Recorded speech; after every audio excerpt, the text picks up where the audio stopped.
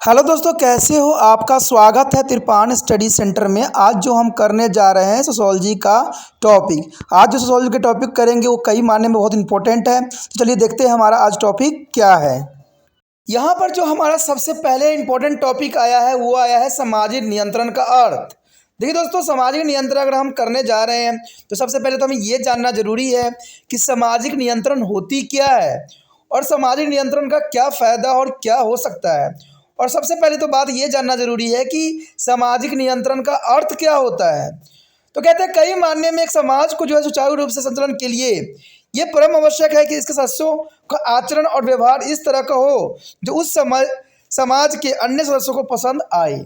यानी आप समाज में तभी बने रह सकते हो जब आपका आचार और विचार और व्यवहार जो है समाज के साथ चलता हो। जो व्यक्ति समाज से अलग चलते हैं समाज उसको कभी भी पसंद नहीं करते हैं। कहते हैं दैनिक जीवन में हमारा व्यवहार पूर्णतः व्यवस्थित और अनुशासित हो। आपने हर जगह देखा होगा, हर रूल रेगुलेशन के रिगार्डिंग जो है इंसानों को व्यवहार को सबसे इम्पोर्टेंट बताया गया है। और सभी संस्थाओं में यही बात पुण्य रखा जाता है कि उनके व्यवस्थित और अनुशासन में हो और कोई तरह के गलत उपयोग ना हो। सामान्यतः हम अपने संपर्क में आने वाले व्यक्तियों का विरोध नहीं करना चाहते हैं। हम अपने विद्यालय अन्य साधनों में विभिन्न नियमों के पाबंद रहने का सदैव प्रयत्न करते हैं। देखते हो, चाहे एक स्टूडेंट हो चाहे कोई भी हो, आप भी जो है एक बंधन में बंधे हुए हो जहाँ पर आपको पढ़ाई जो है सुचारू रूप से करना है और अच्छे मार्क्स लेके आगे बढ़ना है। अगर आप अच्छे से नहीं पढ़ोगे, आप रूल रेगुलेशन के फॉलो नहीं करोगे तो आप अच्छे मार्क्स भी प्राप्त नहीं करोगे। और आपको तो पता ही है कि आज के समय में इतना कंपटीशन बढ़ गया है कि आज जिनके अच्छे नंबर होते हैं उन्हीं को सबसे पहले डिवीज़न भी होते हैं और वही आगे बढ़ भी जाते हैं। इसलिए आपको भी बहुत ही रूल रेगुलेशन में बंध के अपना पढ़ाई करना है और सही रूप से सभी टॉपिक को जो है अच्छे से समझना है। तो यही बात कहते हैं कि सभी नियमों से बंधे हुए हैं। आप भी विद्यार्थी हो, इसलिए आपको भी एक नियम से आप बंधे हुए व्यक्ति हो। कहते हैं अनुशासन भी रखना जरूरी होता है। जो लोग समाज के प्रतिमानों का पालन नहीं करते हैं उनकी आलोचना और निंदा सदैव होती रहती है। मान लीजिए कोई व्यक्ति अगर समाज में बना रहता है तो उसको हर बातें जो है समाज के लेके ही चलना पड़ता है। अगर कोई व्यक्ति समाज से परे अपने आप को समझता है और परे करने की कोशिश सदैव करता है तो समाज हमेशा उसकी आलोचना और निंदा करता है और इवन कि उसको समाज से भी बहिष्कृत कर दिया जाता है, यानी समाज में उनको रहने के लिए निषेध कर दिया जाता है। तो ये जो है सब सामाजिक नियंत्रण के अंतर्गत ही आता है। सामाजिक नियंत्रण समाज की स्वीकृति सामाजिक प्रतिमानों के मध्य समाज में व्यक्ति का व्यवहार को नियंत्रण करने का एक सामान्य तरीका है।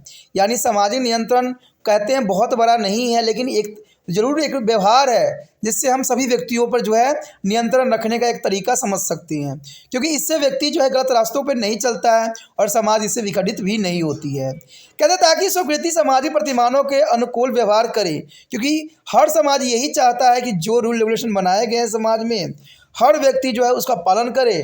इससे जो होता है हमारे समाज में जो है तालमेल बनी रहती है, यानी अनुकूल व्यवहार करने का ही प्रत्येक समाज की स्वीकृति रहती है। सामाजिक नियंत्रण की परिभाषा इस तरह की जा सकती है कि एक बदलते हुए संतुलन के रूप में संपूर्ण सामाजिक व्यवस्था जिस तरह परस्पर मिलजुल कर कार्य करते हैं और स्वयं को बनाए रखती है अर्थात संचालित रहती है, उसे ही सामाजिक नियंत्रण कहते हैं। यानी सामाजिक नियंत्रण के साफ शब्दों में अगर समझना चाहोगे तो इतना ही बताया गया है कि जो संतुलन हम समाज में बनाए रखते हैं और जो सभी मिलजुल के कार्य संपन्न करते हैं और इससे जो समाज है सुचारू रूप से चलती है तो उसे ही हम सामाजिक नियंत्रण कहते हैं। यानी समाज को सही ढंग से चलना ही सामाजिक नियंत्रण के अंतर्गत आता है। तो ये तो आपको क्लियर समझ में आ गया होगा कि सामाजिक नियंत्रण क्या है। तो कहते हैं बदलते हुए जो असंतुलन है उसमें समाज को सही रूप मिला के चलाने की प्रक्रिया को ही सामाजिक नियंत्रण कहते हैं। यानी उसमें कोई तरह का जो गलत चीज़ों का उपयोग ना हो, यानी तभी आप नियंत्रण में रह सकते हो। जैसे मान लो साइकिल तब तक नहीं गिरती है जब तक वो नियंत्रण में रहती है, जैसे नियंत्रण से अलग होती है वो गिर जाती है, टूट जाती है। तो व्यक्तियों का भी ऐसा ही होता है।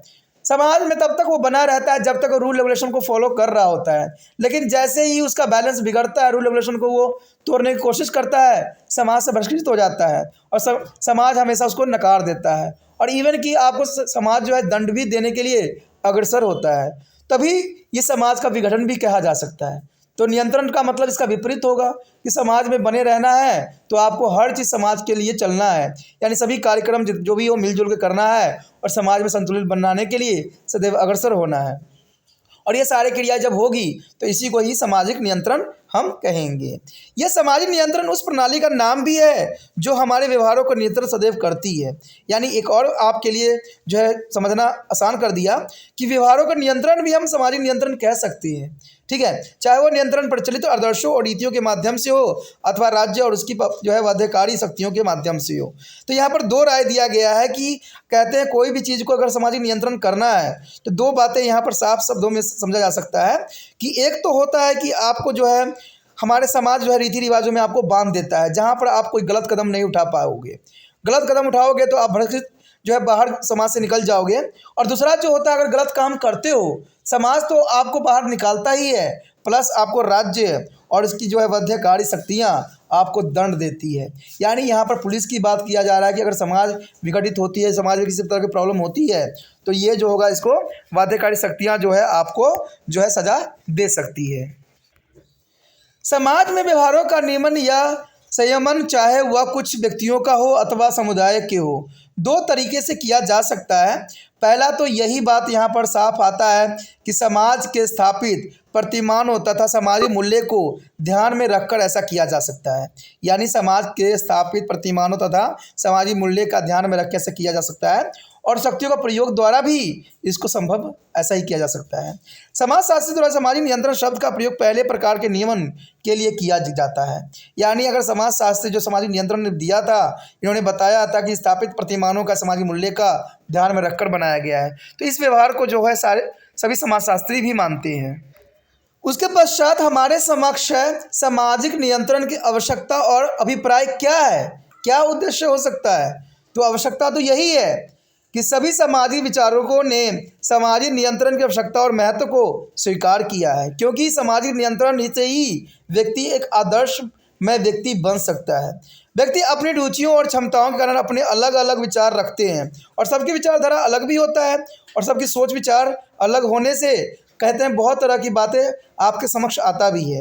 यदि प्रत्येक व्यक्तियों के जो है अनियंत्रित आज़ादी से कार्य और व्यवहार करने दिया जाए तो इससे समाज में अराजकता और दुर्व्यवस्था फैल जाएगी और बार बार और लगातार संघर्ष और झगड़े से समाज की शक्ति कार्यकुशलता और नियंत्रण बर्बाद होती ही रहेगी। तो इसमें कोई दो राय नहीं है, अगर सामाजिक नियंत्रण न रहे तो कहते हैं समाज में अराजकता फैलना कोई बड़ी बात नहीं है, क्योंकि सारे व्यक्ति अपने मनमर्जी चलाते रहेंगे, अपने मनमर्जी करते रहेंगे तो समाज जो है विघटित हो जाएगा।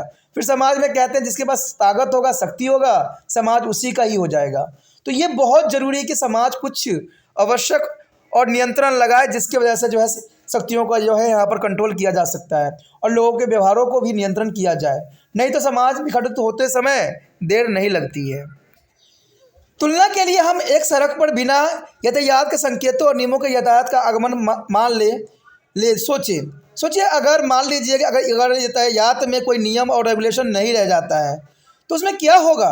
आप देखोगे कि सारे रूल रेगुलेशन बिगड़ जाएंगे, कोई गाड़ी इधर से आ जाता है, कोई गाड़ी इधर से आ जाएगा, कोई गाड़ी उधर से आ जाएगा और सुचारू रूप से जो यातायात के साधन होंगे वो बिगड़ जाएगा।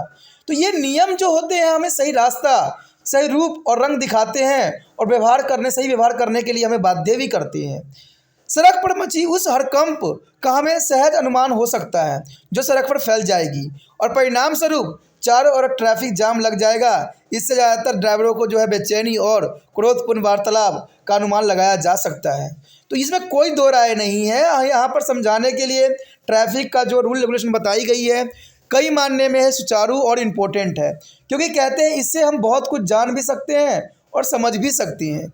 अगर आपने भी देखा होगा कि कहीं ट्रैफिक में अगर जैसे ही लाइट बंद हो जाती है लोग क्या करते हैं, हर तरफ से गाड़ी चलाना स्टार्ट कर देते हैं और इससे क्या होता है रूल रेगुलेशन भंग होती है और वहाँ पर जो है कई तरह के जो है ट्रैफिक की प्रॉब्लम आ जाती है, जहाँ पर लोग एक दूसरे को गाली देते हुए भी नज़र आते हैं, एक दूसरे को कोसते हुए भी नज़र आते हैं। इवन कि कोई अगर एम्बुलेंस भी आ रहा हो तो उसको भी आगे निकलने का चांस नहीं मिलता है। तो ये सारे जो होते हैं रूल रेगुलेशन भंग हो जाने की वजह से ही होता है। तो सोच लीजिए कि समाज में अगर रूल रेगुलेशन ना रहे तो समाज भी तो इसी तरह से भंग हो जाएगा। यहाँ पर भी क्या होगा, अराजकता फैल जाएगी, चारों तरफ लोग कहते हैं जिसके पास शक्ति रहेगा वही आगे बढ़ता चला जाएगा। तो ये बहुत बड़ी बात यहाँ पर आती है। यह समझना कितना आसान है कि इस स्थिति का जो परिणाम होगा वो पूरी तरह से वांछनीय और अप्रिय होगा, क्योंकि इसका हम जो है सुखद अनुभव नहीं कर सकते। यह एक तथ्य है कि यातायात के नियम व्यवस्था और वाहनों का सुगम आगमन बनाए रखने में मदद करती है, जो केवल एक नियंत्रण बनाए रखने के लिए कारण ही संभव होता है। अगर यह नियंत्रण न रहे तो सारे रूल रेगुलेशन जो है बिगड़ जाएगी। यदि समाज में व्यवहार को स्वीकृति तौर तरीके न हो तो उसकी स्थिति भी कुछ इससे भी अलग नहीं होगी। अंततः लोगों को एक ऐसा जो है मेल जोल और अस्तित्वपूर्ण रीतियों से रहना होगा जिससे उन्हें और साथ ही समुदाय को भी लाभ पहुंच सके। सामाजिक नियंत्रण जो है निम्नलिखित कारणों से ही एक आवश्यक बनता चला जा रहा है। यानी समाज जो है दोस्तों, इसलिए यह ऐसा बन रहा है क्योंकि अगर देखा जाए तो समाज में सब चीज़ नियंत्रण में रहेगा, तभी समाज जो है सुचारू रूप से भी चल पाएगा। अब इसमें बात आती है पुरानी व्यवस्था को बनाए रखना। आखिर पुरानी व्यवस्था को हम कैसे बनाए रखें? तो कहते हैं एक समाज और समुदाय के लिए सतत और एकरूपता के लिए ये बहुत ही महत्वपूर्ण है कि पुरानी व्यवस्था को बनाए रखिए। आज हम कहते हैं आधुनिक युग में है और हर कोई जो है पुरानी चीज़ों को तोड़ के नई चीज़ अपनाना चाहती है, नए रूल रेगुलेशन पर चलना चाहती है। यह कार्य परिवार द्वारा संपन्न होती है और परिवार को पूर्वज या बुजुर्ग व्यक्ति बच्चों तथा युवाओं में व्यवहार की माने रीति रिवाज, परंपरा और जीवन मूल्य, सिद्धांतों और तौर तरीकों को संस्कार डालते हैं और उन्हें सामाजिक भी बनाते हैं। तो कहते हैं कि सामाजिक जो पुरानी व्यवस्थाएं हैं, पुराने जो व्यक्ति हैं, उनका समाज में बहुत ही महत्वपूर्ण योगदान है, क्योंकि वो कभी भी गलत कुछ नहीं सिखाते हैं। उनका यही होता है कि सभी चीज़ों को साथ और सही व्यवहार बच्चों में और रीति रिवाज, परंपरा और जीवन मूल्य की पद्धति और तौर तरीके, संस्कार सभी जो है उनमें विद्यमान हो। उसके पश्चात है व्यक्तिगत व्यवहारों को समित नियंत्रित करना, यानी व्यक्तिगत व्यवहार भी इसके अंतर्गत आता है। लोगों में विचार, रुचियां, दृष्टिकोण और आदर आदि में विभिन्नता के कारण उनमें विविधता पाई जाती है। यहाँ तक कि एक ही माता पिता के बच्चे अलग अलग तरीके से सोचते और वार्तालाप भी करते हैं।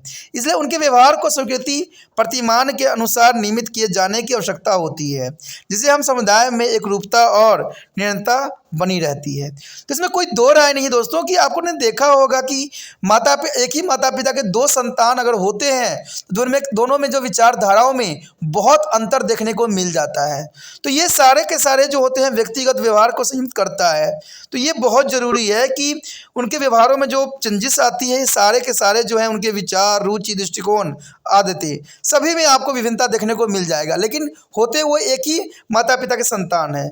तो यही जो है व्यक्तिगत व्यवहार को प्रेजेंट करता है। उसके पश्चात है संस्कृति कुप्रबंधन पर रोक लगाना। कहते हैं समाज तीव्र गति से बदल रहा है और ये परिवर्तन मौजूदा सामाजिक प्रणाली को उखाड़ फेंकने हेतु एक चुनौती सी बनती चली जा रही है और नई प्रणाली लाकर इसे बदलना चाहते हैं। अच्छे और बुरे के बीच पहचान करने, संतुलन और न्याय की भावना को सुदृढ़ रखने के लिए प्रभावशाली समाज नियंत्रण की आवश्यकता है। कहते हैं आज के समय अगर देखा जाए तो हमारे समाज में जो रूल रेगुलेशन है वो थोड़ी सी ढीली पड़ गई है, जिसकी वजह से समाज बिगड़ता ही चला जा रहा है। आपने देखा होगा कि आज के समय में लोग दूसरे व्यक्ति से आकर्षित होके और जो है माता पिता के आज्ञा के बिना ही मैरिज कर रहे हैं और कहते हैं अंतरजातीय विवाह भी होती चली जा रही है। तो कहते हैं अगर ऐसा हुआ तो इसका कुछ ना कुछ प्रभाव आने वाला समय में देखने को मिलेगा और कहते हैं ऐसे मैरिज काफ़ी समय तक नहीं भी टिकती है।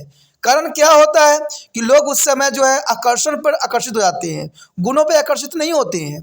कहते हैं जो व्यक्ति गुणों पे आकर्षित होता है उसका ही जीवन सुचारू रूप से चलता है और जो कहते हैं फेस की आकर्षण से आकर्षित होते हैं तो वो आकर्षण कुछ ही समय तक ही मन में रहता है, उसके बाद वो निकल जाता है। तो कहते हैं कुप्रबंधन के कारण भी बहुत चीज़ें आई है। कहते हैं अभिप्राय यही अगर बात करें हम तो कहते हैं समाज शास्त्रियों ने सामाजिक नियंत्रण के बहुत से उद्देश्य बताए हैं। सामाजिक नियंत्रण का लक्ष्य एक समुदाय में अथवा समाज विशेष में अनुकूलता लाना है कि दोनों में जो है अनुकूलता को जो है प्रतिस्थापित करना है, जिससे समाज जो है सही रूप से रंग से चल सके। कभी कभी तो अज्ञानता के कारण लोग ऐसे कार्य कर जाते हैं कि उसे उन्हें लाभ हो सकता है और नहीं भी हो सकता है, पर निश्चित तौर पर समाज का हित सामूहिक स्तर में लाभ में निहित होती है। कुछ अन्य ऐसी परिस्थिति भी होती है जब व्यक्ति अपने कार्य से समाज पर बड़े ही कुप्रभावों के पूरी तरह से अवगत हो जाते हैं, परंतु अपना व्यवहार निरंतर वैसा ही बनाए रखते हैं ताकि इसे उसका जो है व्यक्तिगत लाभ होता रहे। उदाहरण के लिए एक उद्योग का जो है मालिक अपने उद्योग द्वारा फैलाए गए प्रदूषण को हानिकारक प्रभावों से पूरी तरह से अवगत होता है, फिर भी वह प्रदूषण नियंत्रण यंत्र उस उद्योग में नहीं लगाता है, क्योंकि वह सामूहिक हितों की सुरक्षा की परवाह न कर के अधिकाधिक लाभ कमाना चाहता है। समाज इस प्रकार के व्यक्तियों के व्यवहारों को नियंत्रण रखने का सदैव कोशिश करती है। तो इसमें कोई दो राय नहीं है दोस्तों, ये बात बहुत ही स्पष्ट है कि आज जो लोग हैं व्यक्तिगत लाभ के लिए जो है जन कल्याण की कोई भी कार्य करना नहीं चाहते हैं। कहते हैं हर कोई व्यक्तिगत लाभ के पीछे दौड़ रहा है, और कहते हैं जो पर्यावरण है उसको दूषित भी कर रहा है। इसमें कोई दो राय नहीं है। आपने देखा होगा हर लोग जो होते हैं अपने व्यक्तिगत लाभ ही देख रहे होते हैं, ठीक है, और व्यक्तिगत लाभ के लिए वो कहते हैं जानबूझ के गलत कदम उठाते चले जाते हैं, जो समाज के लिए जो है सही नहीं होती है। उसके पश्चात हमारे समक्ष है सामाजिक नियंत्रण के साधन, औपचारिक और अनौपचारिक। यानी सामाजिक नियंत्रण के साधन जो हो सकते हैं औपचारिक भी हो सकते हैं, अनौपचारिक भी हो सकते हैं। सभी कौलों में और सभी समाजों में अपनी अपनी परिस्थिति के अनुसार व्यवस्था और नियंत्रण बनाए रखने के कुछ निर्धारित साधन भी रहे हैं। समाज संस्थाएं जैसे परिवार, निकट संबंधी के समूह, जाति, गांव, शिक्षा, राज्य, धर्म, आर्थिक संस्थाएं आदि के द्वारा व्यक्ति और समुदाय सामाजिक प्रतिमानों के अनुसार कार्य करते हैं। समाजशास्त्रियों ने सामाजिक नियंत्रण की संरचना को निम्नानुसार वर्णित किया है। यानी कहा जाए तो कहते हैं कि आज जो है सामाजिक साधन जो है औपचारिक भी हो सकती है, अनौपचारिक भी हो सकती है।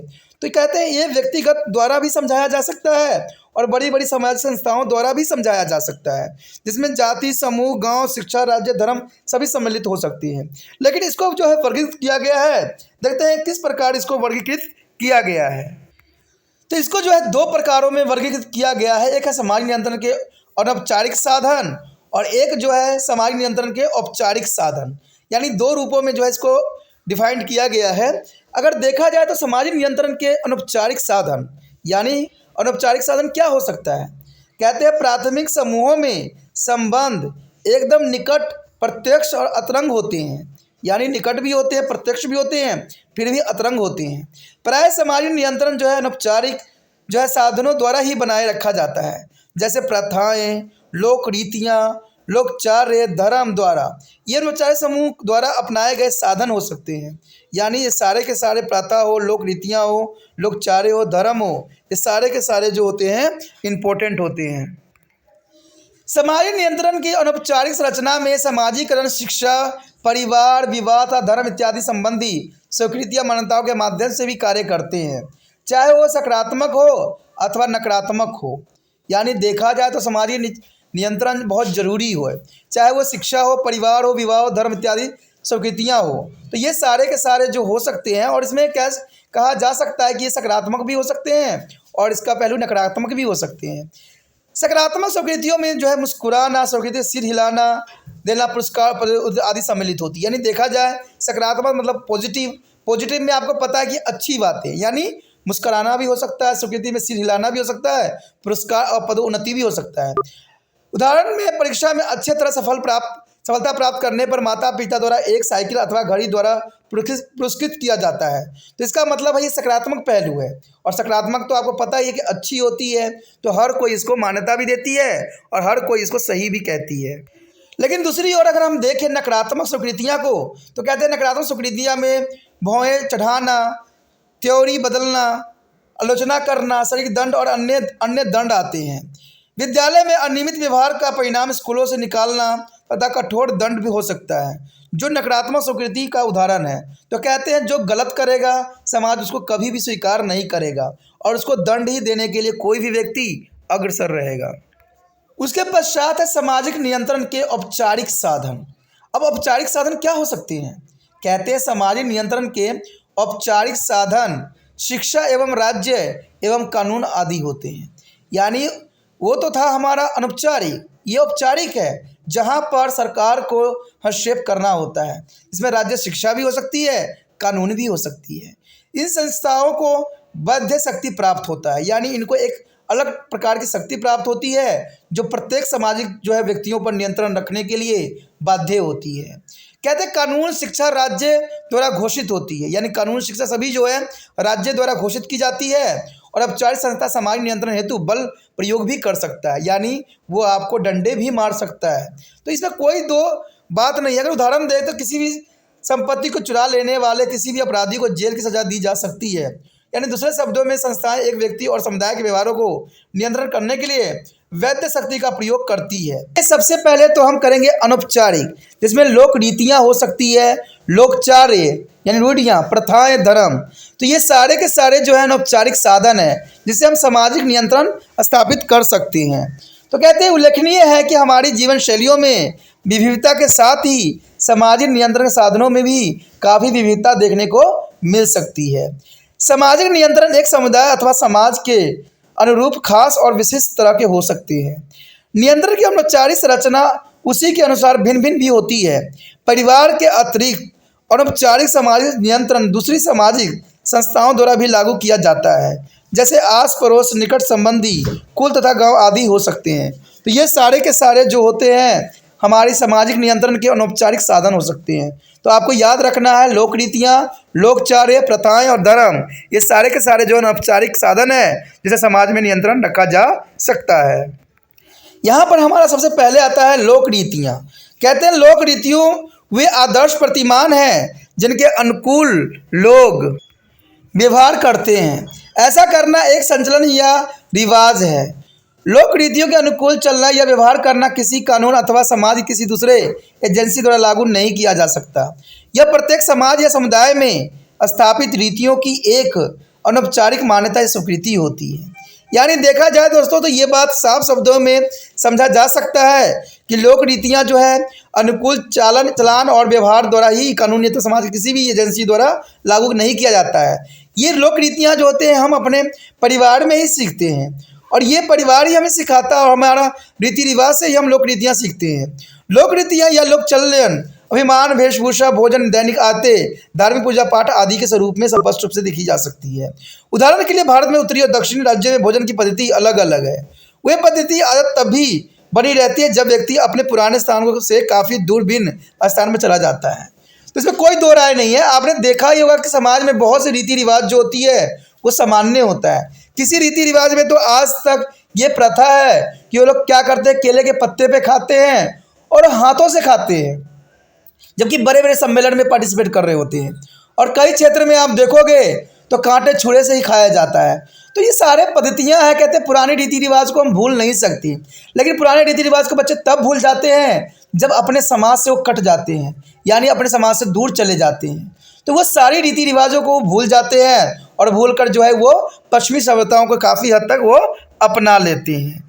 तो कहते हैं ये सारी लोक रीतियाँ जो होती है हम जो है अपने घरों में ही सीखते हैं, अपने परिवार के लोगों द्वारा ही सीखी जाती है। जैसे मान लीजिए अगर सुबह सुबह दादा जो है अगर पूजा कर रहे होते हैं तो उनके जो पोते होते हैं या पोतियाँ होती है वो भी साथ में जाके बैठ जाते हैं। कुछ नहीं तो कुछ नहीं, वो कुछ ना कुछ ज़रूर करने लग जाते हैं। तो ये सारी जो है आदतें हम जो है लोक रीतियाँ ही के कारण ही सीख पाते हैं, क्योंकि वो सारे के सारे कहीं ना कहीं हमारे जो है समाज में विद्वान होती है और इससे जो है हम अपने जो परिवार से ही सारी रीतियाँ सीख लेते हैं। लोकचार रूढ़ियाँ, दूसरा जो हमारा पॉइंट है लोकचार रूढ़ियाँ। लोकचार व्यक्तियों की नैतिक आचार से संबंधित होती है और लोक रीतियों से बिल्कुल ही अलग होती है। ये समाज की जीवन मूल्य प्रणाली को काफ़ी प्रभावित भी करती है और सामाजिक अधिनियमों के रूप में भी हो सकती है, जिनका उद्देश्य सामाजिक व्यवस्थाओं को बनाए रखना होता है। विशेष परिस्थितियों में जो है व्यक्तियों के आपसी संबंधों को जो संयमित करना लोकचार्य का काम है। जैसे पति पत्नी, माता पिता और बच्चे तथा अन्य छोटे बड़े आदि के परस्पर संबंधों को संयमित करना होता है। उनका संबंध सामान्य जो है सामाजिक संबंधों से भी हो सकती है, जैसे ईमानदारी भी हो सकता है, सच्चाई, कठिन परिश्रम, अनुशासन आदि। क्योंकि लोकचार्य सोच समझकर समूह हित के लिए निर्धारित की गई होती है। अंत उन्हें सुरक्षित रखने पर जोर दिया जाता है और उनकी अवहेलना और विचलन द्वारा दंड भी दिया जाता है। तो लोकचार्य जो होती है हम अपने ही घर में सीखते हैं, जिसमें पति पत्नी, माता पिता और बच्चे अन्य छोटे बड़े आदि इसके अंतर्गत आते हैं, जहाँ पर वो हर तरह के जो है अनुशासन सीखते हैं, चाहे उसे ईमानदारी का हो, सच्चाई का हो, कठिन परिश्रम का हो या अनुशासन का हो। ये सारे के सारे लोकचार्य रूढ़ियाँ जो होती है हम अपने जो है परिवेश में ही सीखते हैं। उसके पश्चात हमारे समक्ष आता है प्रथाएं। प्रथाएं लंबे समय से स्थापित हुए लोक रीतियाँ हैं जो स्वैत ही किंतु धीरे धीरे बनती है। समाज जीवन के नियमित करने के साथ ही वह उसे एक संबंध बांधती है। आदिमकालीन समाज में प्रथाएं सामाजिक नियंत्रण की शक्तिशाली माध्यम होती थी। प्रथाएं जो दोस्तों होता था पुराने समय में, जो बहुत काफ़ी सशक्त माध्यम होता था, लेकिन आज प्रथाओं जो है बहुत ढीली पड़ गई है। परंतु वही आधुनिक काल में विविधता और अनेकता की ताकत की प्रबलता के कारण कमज़ोर पड़ती जा रही है, और ये शायद हमारी प्रथाएं जो हैं आने वाले समय में विलुप्त भी हो जाए।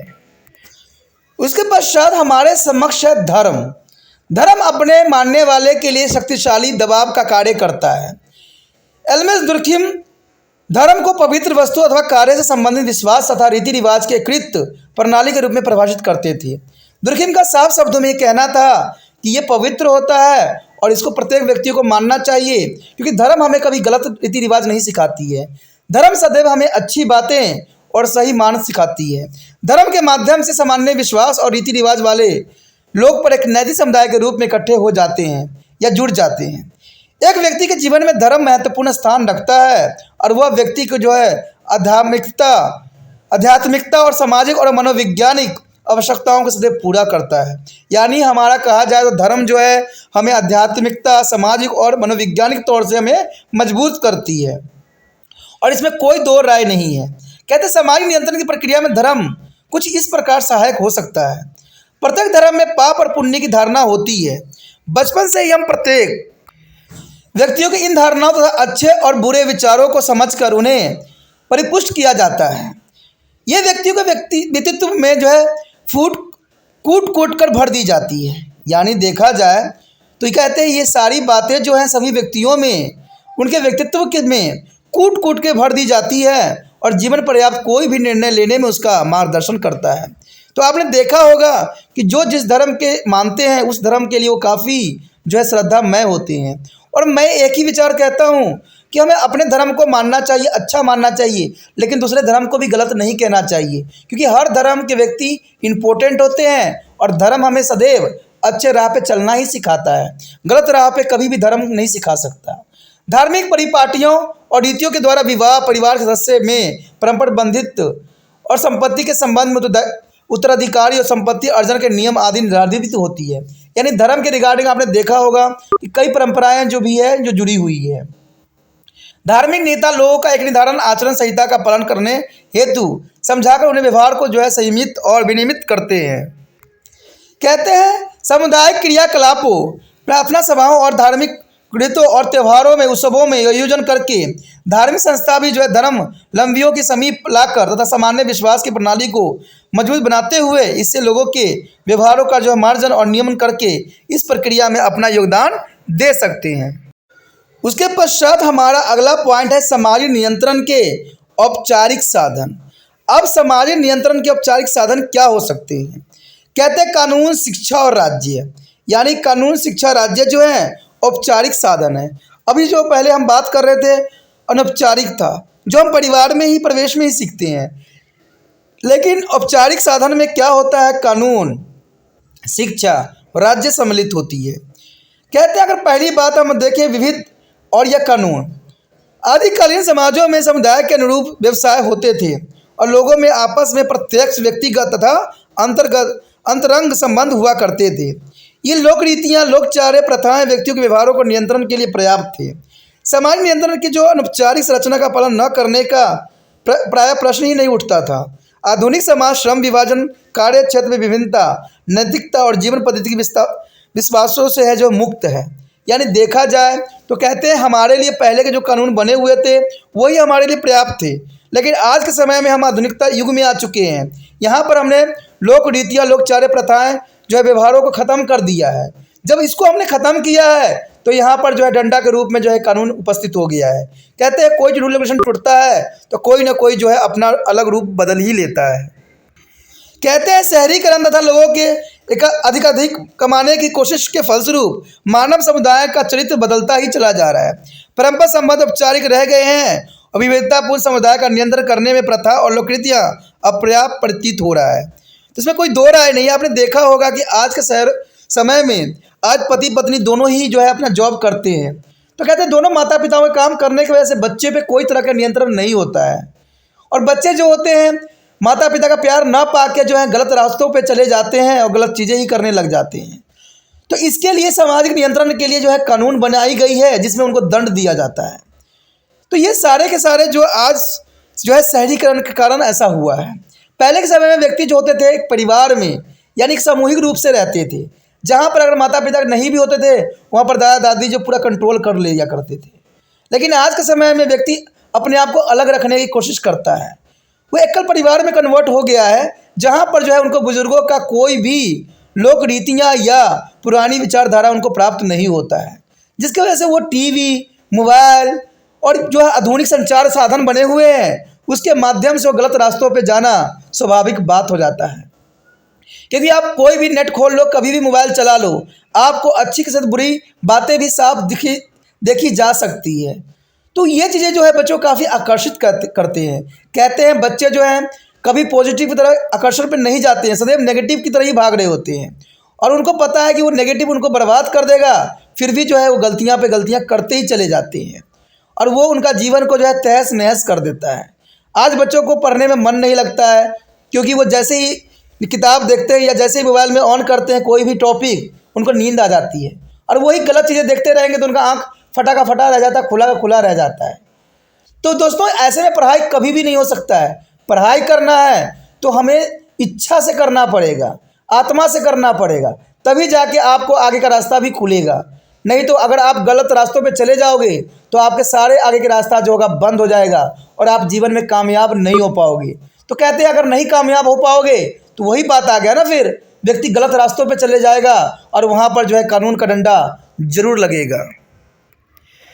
इसी के साथ साथ राज्य और अधिक मजबूत, शक्तिशाली और प्रकृति से अधिक विशिष्ट होता चला जा रहा है, क्योंकि कहते हैं आज जो है एकल परिवार हो जाने के कारण जो है माता पिता कंट्रोल बच्चों पर रहा नहीं है, इसलिए राज्य अधिक मजबूत और शक्तिशाली हो गया है और कहते हैं उनका विशिष्ट रूप भी ले लिया है। अब एक व्यक्ति के व्यवहारों के एक सामान्य कानून को लागू करके नियमित किया जाना आवश्यक है, संभव हो गया है और ये कानून राज्य की न्याय प्रणाली, प्रशासनिक और राजनीतिक मशीनरी के द्वारा जो है समर्थन प्राप्त है। यानी इसमें जो है प्रणाली आ गया, न्याय प्रणाली आ जाती है, प्रशासनिक आ जाती है, राजनीतिक मशीनरी आ जाती है, जिसमें इनका समर्थन होता है। प्रथाओं और लोकचारों के स्थान पर कानून और उसके लागू करने वाले एजेंसियां व्यवहार की नियमित बन गई है और वे ही सामाजिक व्यवस्था और नियंत्रण सुनिश्चित कर रही है। यानी मैंने पहले ही कह दिया है कि लोग आज एकल परिवार को जो है काफ़ी प्रायोरिटी देते हैं, तो इसकी वजह से क्या होता है, दादा दादी नहीं रह पाते हैं और जो प्रथाएं पुरानी हैं, लोकचारे पुरानी कथाएं बातें हैं, वो दादी के मुँह से ही हम सुना करते थे। तो कहते हैं आज लोग शहरों में रहते हैं और वहाँ पर अकेला ही रहना पसंद करते हैं, तो बच्चे को जो है गलत रास्तों पे जाना स्वाभाविक सी बात होती है। इसी कारण जो है आज बहुत से जो है आज कानूनी एजेंसियां लागू हो गई है, जहाँ पर उनको जो है नियंत्रण करने के लिए अग्रसर होना पड़ गया है।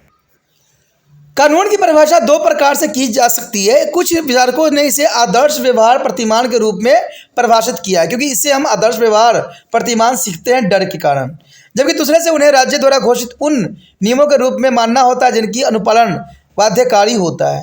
यानी जो कार्य गलत है, जिसको राज्य ने गलत कहा है, उसको उनको गलत ही मानना पड़ता है, उस पर नहीं चलने के लिए ही शिक्षा दी जा सकती है। फिर भी लोक कानून का पालन जो है निम्नलिखित दो प्रमुख कारणों से हो सकती है। दंड का भय, सबसे पहले रीति रिवाज का लोग पालन तब करते हैं जब उनको दंड का भय होता है। राज्य द्वारा दंड का भय लोगों की आवश्यक स्वतंत्रता में कटौती करता है। यही कारण है कि गैर कानूनी कार्य को करने से सदैव वो रोकता है। यानी हमें डर ही है जो हमें गलत रास्ते पर जाने से सदैव रोकती है, क्योंकि ये कानून का डर होता है। दूसरा है नियम अनुकूलता की आदत। बहुत लोगों का विश्वास है कि कानूनों का पालन इसी कुशलता, संबंधता और समाज स्थिरता और प्रगति के लिए भी आवश्यक है। इसे नियम अनुकूलता की आदत भी कहते हैं। परिवार, शिक्षण संस्थाएं और धार्मिक उपदेशक ये सभी इस व्यवहार को लोगों के मन में बिठाने तथा जीवित रखने की काफ़ी भूमिका भी निभाते हैं। यानी दो तरफ से जो है काफ़ी लागू किया जा सकता है और इसके कारण ही समाज में नियंत्रण भी हो सकता है। कानूनों की उत्पत्ति प्रथाएं और परंपरा, धर्म और न्याय के निर्णय से हुई है। यानी देखा जाए तो कानून की उत्पत्ति कहीं और से नहीं हुई है, प्रथाओं, परंपराओं, धर्म और न्याय के जो है निर्णय पूर्ण से हुई है। यानी इन्हीं कारणों से जो है कानून का निर्माण हुआ है, जिसे कानून के नैतिक पहलू भी कहते हैं। कानूनों का नैतिक पहलू और संस्थागत व्यवस्थाओं से जो है समर्थित होने के कारण कानूनों को मानव व्यवहार को नियंत्रित करने में अधिक योग्य माना है। वे कानून सक्षम सक्षम बनाती है, जिससे रीति रिवाज और वैधानिक दोनों का समर्थन सदैव प्राप्त होता है। अतःपरांत जो है स्वीकार भी किया जाता है। यानी ये सारे के सारे जो होते हैं, कहते हैं प्रथाएं, परंपरा, धर्म और न्याय आदि को न मानने की वजह से ही कानून की उत्पत्ति हुई है, और इन रीति रिवाजों को लोगों ने क्या किया है, भूल गए हैं। कहते हैं हर रीति रिवाज जो होती है हमें कुछ ना कुछ अच्छी बातें ही सिखाती है, लेकिन हमने क्या किया, रीति रिवाजों को दूर रख के अपना रूल रेगुलेशन बना लिया, जिसकी वजह से हम जो है सदैव कानून के जो है घेरे में आ जाते हैं। वर्तमान में कानून वैधानिक संस्थाओं द्वारा घोषित होती थी, ठीक है, वैधानिक संस्थाओं द्वारा घोषित होती थी और सरकार के माध्यम से राज्य द्वारा लागू किया जाता था। इसमें सरकार में कार्यरत सभी अधिकारिक एजेंसियां और कार्यकर्ता सम्मिलित होते हैं, जिसके माध्यम से राज्य अपने लक्ष्य को ही प्राप्त करता है। इस तरह कानून एकरूपता और अनुकूलता सुनिश्चित करके समाज व्यवहारों को नियंत्रण एवं नियमित करती है, जिसमें को काफ़ी इंपॉर्टेंट बात है। यह भी ध्यान देने योग्य बात है कि कानून प्रथाओं के निम्नलिखित प्रकारों से अलग एवं भिन्न होता है। पहली बात आती है कानून में बल प्रयोग करना अंतर्निहित होती है, अंततः लोगों को यह खास तरीके से काम करने के लिए विवश भी करती है। दूसरी ओर प्रथाओं का आदर होता है और प्रचलित रहती है, क्योंकि उसके साथ पारंपरिक, भावनात्मक और सामाजिक स्वीकृति जुड़ी हुई रहती है, इसलिए व्यक्तियों को जो है पालन करना ही पड़ता है। प्रथाएं केवल संबंधित समुदाय और कुलों में से ही खास महत्व रखती है, जबकि कानून अधिक सामान्य और प्राकृतिक सार्वभौमिक होती है। यानी देखा जाए तो प्रथाएं सिर्फ हम समुदाय और कुल से ही सीख सकते हैं, लेकिन कानून जो है सभी के लिए सामान्य होती है, सार्वभौमिक होती है। कानून तोड़ने पर राज्य द्वारा दंड और प्रावधान होती है, जबकि प्रथाओं की अवहेलना पर समाज द्वारा नाराजगी प्रकट की जाती है और एक सीमा से बाहर चले जाने पर समाज से बहिष्कृत भी किया जा सकता है। तो इसमें कोई दो राय नहीं, कोई गलत राह पे जाएगा तो समाज उसको जरूर ही बहिष्कृत करेगा।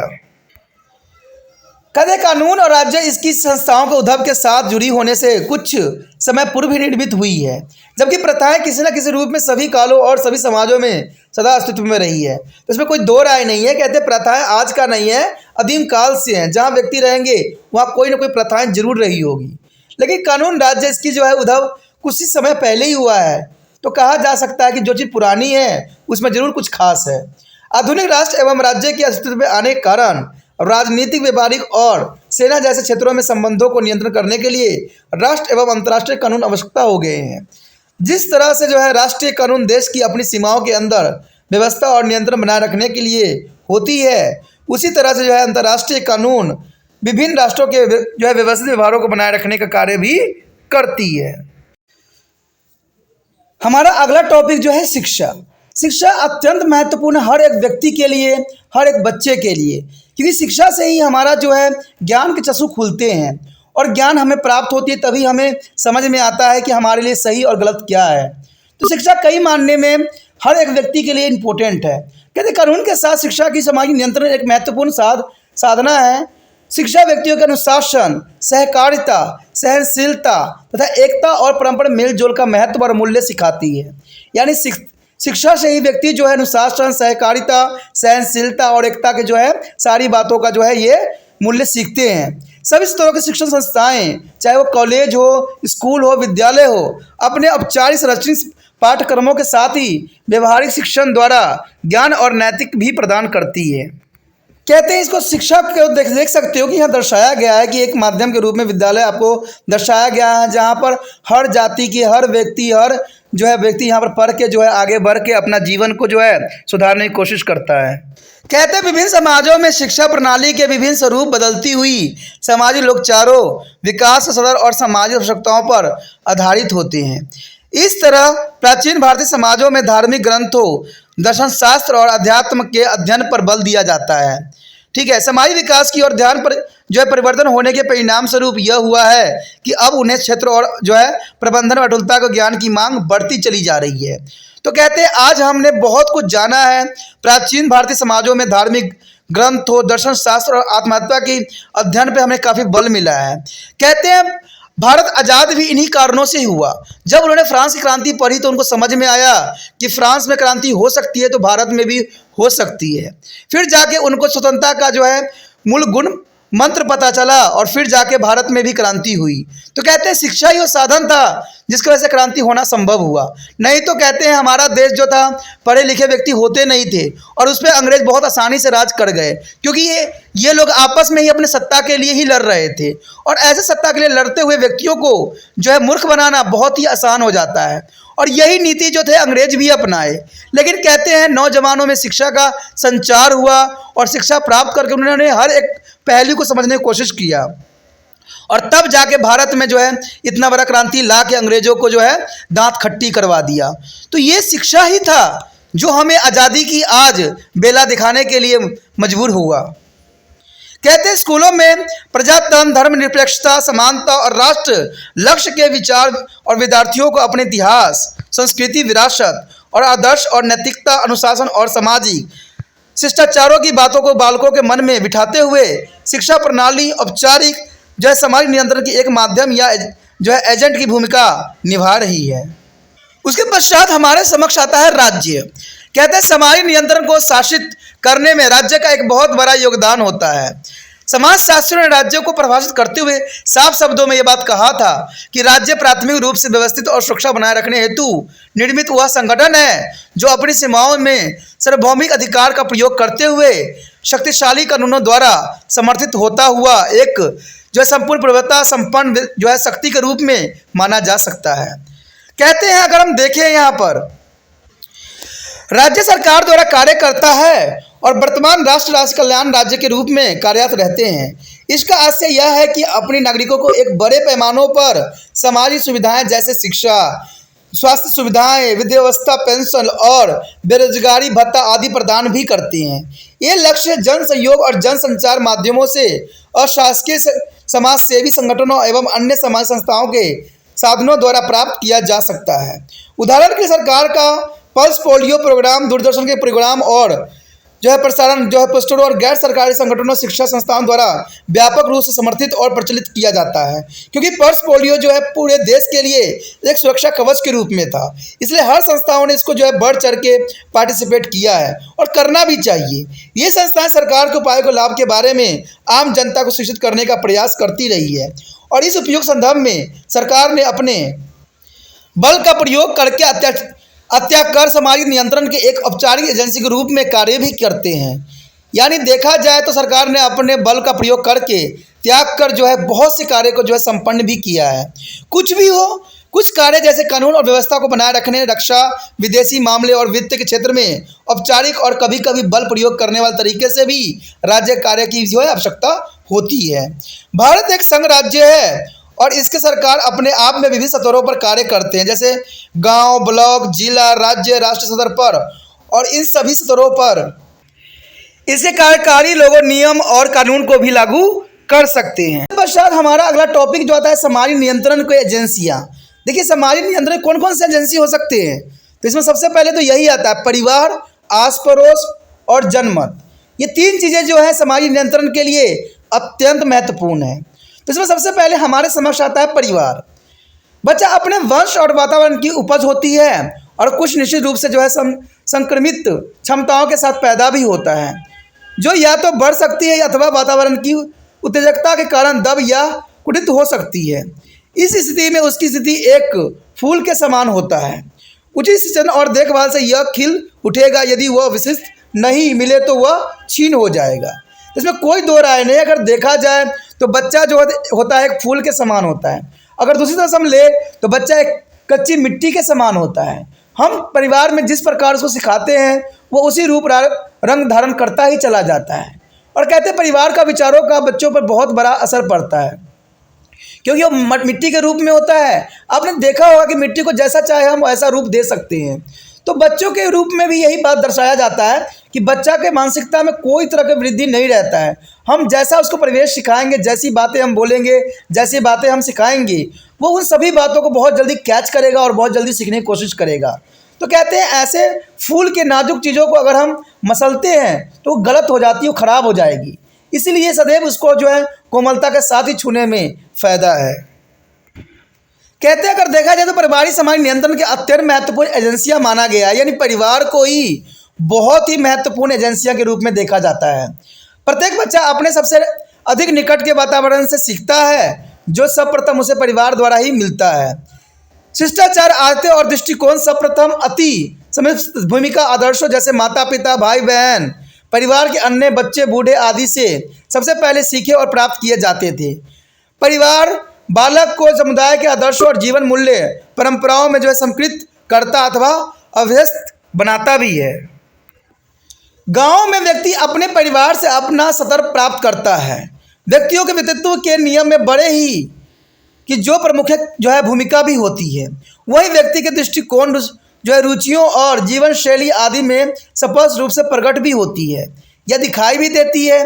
बच्चे के विवाह अधिकांश बुजुर्गों द्वारा तय किए जाते हैं और वह दो व्यक्तियों के संबंध नहीं होकर दो परिवारों के बीच संबंध माने जाते हैं। यानी अगर विवाह देखा जाए तो कहते हैं दो व्यक्तियों का संबंध नहीं होता है, ये दो परिवारों का संबंध बन जाता है, जहाँ पर एक दोनों परिवार जो है मिलजुल के जो है विवाह को संपन्न करता है और दो जोड़ों के जो है आपस में अपना जीवन यापन करने के लिए हर संभव कोशिश कराता है।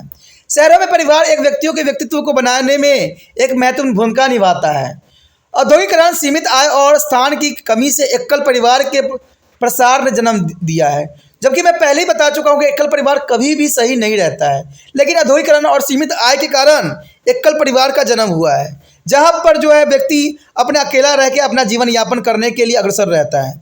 गांव में घटित होने वाले बातों से यह एकदम भिन्न है। लेकिन देखा जाए तो मैं एक बात हमेशा कहता हूँ इस पर कि ये सब बातें सिर्फ एक मिथ्या है। कहते हैं आप चाहे शहर में जो रहो चाहे गाँव में रहो, हम चाहे तो सिर्फ परिवार में रह सकते हैं और उसका जो है अपना जीवन में अनुभव भी कर सकते हैं। कहते हैं अगर देखा जाए तो गांव में कहते हैं बहुत बड़ा फील्ड होता है, बहुत बड़ा एरिया होता है, बहुत बड़ा घर होता है, जहां हर परिवार रहना उनके लिए संभव है। लेकिन गांव में ऐसा होना, शहरों में ऐसा होना संभव ही नहीं है, जो कि बहुत बड़ी विडंबना की बात है। और होगा भी कैसे, क्योंकि औद्योगिकरण के कारण जो है सभी चीज़ें सीमित रह गई है, इसलिए यहाँ परिवार अपने आप ही विशेष ध्यान देते हैं। गाँव में सामान्य रूप से प्रचलित सामूहिकता के विपरीत शहरों में विविधता की जो है बढ़ावा देने वाली प्रवृत्ति बढ़ रही है।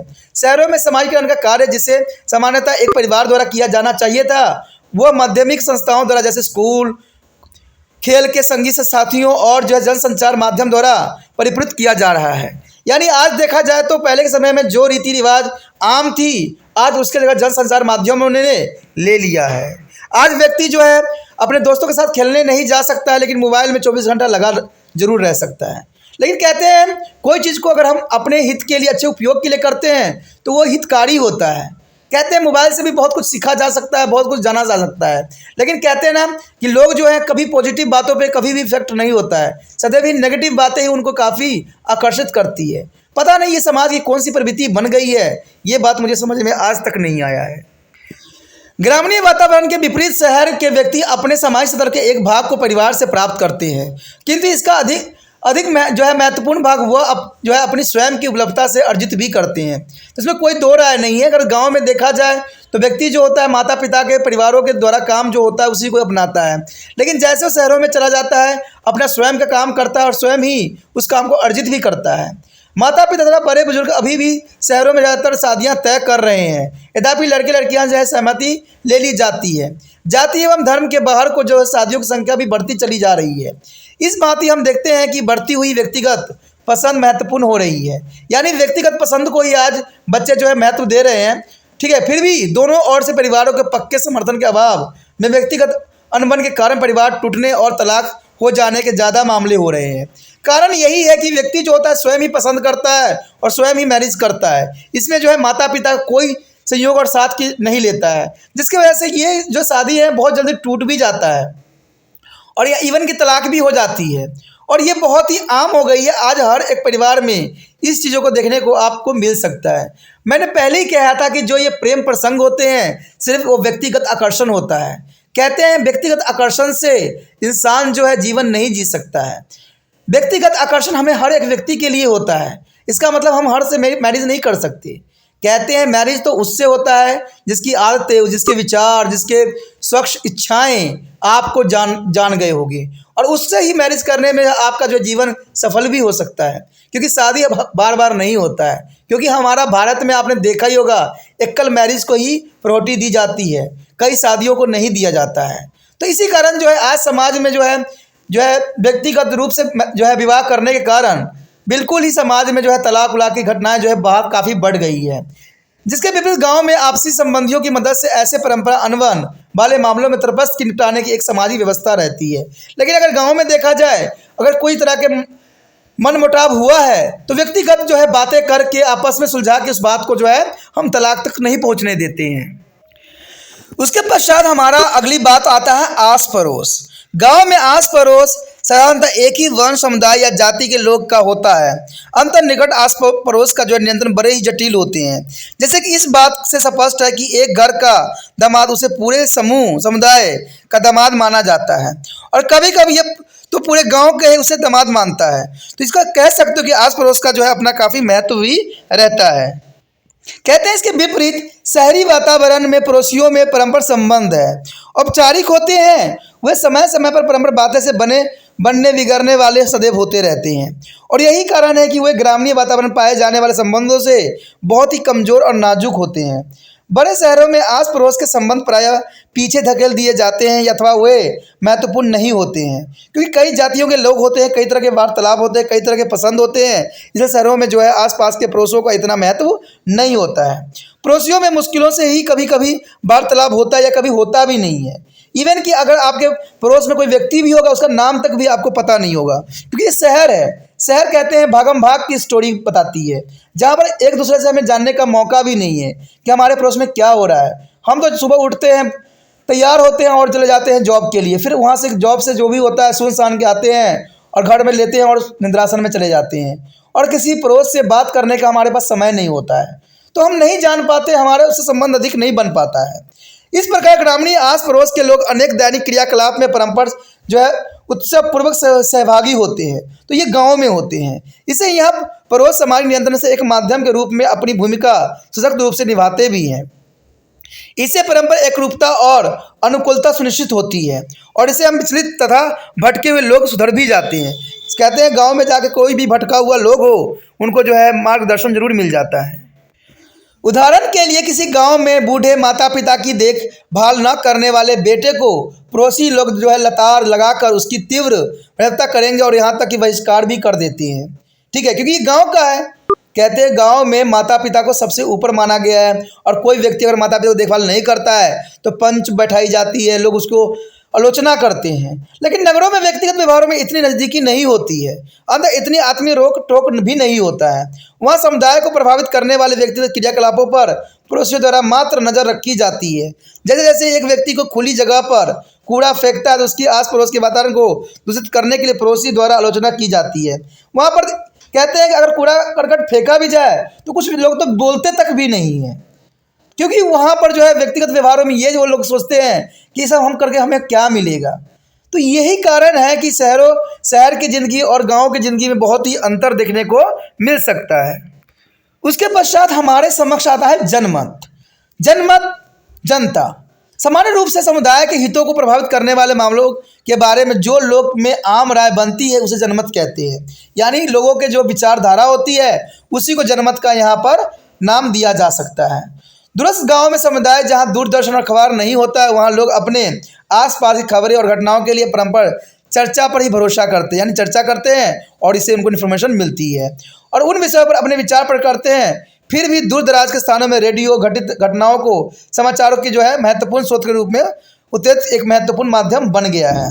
यहाँ समूह में बैठकर समाचार पत्र जो अखबार भी पढ़े जाते हैं, और इन दिनों दूरदर्शन गाँव में भी पहुँच रहा है। और स्वतंत्र भारत में पूर्व निर्वाचन के प्रवेश के साथ पंचायती राज्यों और संस्थाएं और नियमित विकास जो है प्रक्रिया में गांवों को भारतीय राजनीतिक और अर्थव्यवस्था की जो है मुख्य धाराओं में लाने में अपनी विशेष योगदान भी दिया है। यानी देखा जाए तो गांव भी आज जो है हर चीज़ों के लिए सुशोभित हो चुकी है।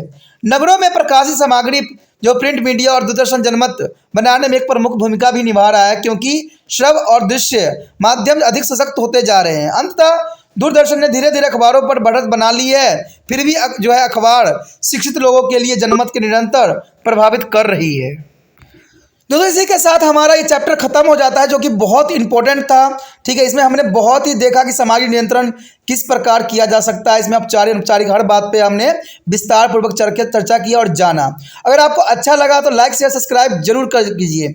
अगर आपने इस चैनल को सेव करना है तो इसको सब्सक्राइब कर लेना, आपके लिए फ़ायदे में रहोगे। सब्सक्राइब नहीं करोगे बाद में अगर मेरे टॉपिक देखना चाहोगे तो शायद आपको प्राप्त ना हो, क्योंकि ये चैनल नया है होने के कारण अगर आप तिरपान भी लिखते हो तो वो त्रिपुरा कर देगा। तो आपको लगेगा शायद कि एक ही दो वीडियो था, लेकिन आपको पता होना चाहिए कि ये सभी क्लासों के वीडियो आपको इस जो है यूट्यूब पे उपलब्ध है। तो इसलिए जो है सब्सक्राइब करके रख लीजिए, और सब्सक्राइब करने से क्या होगा, आपको हर एक वीडियो का नोटिफिकेशन भी मिलेगा और आप चैनल को जो है चैनल के रिगार्डिंग वीडियो जो आपको प्राप्त होगी वो भी प्राप्त हो जाएगा। इसे सोचना नहीं है, विचार नहीं करना है। अगर सब्सक्राइब करके नहीं रखिएगा तो आपको जो है वीडियो का नोटिफिकेशन और वीडियो प्राप्त नहीं हो पाएगा।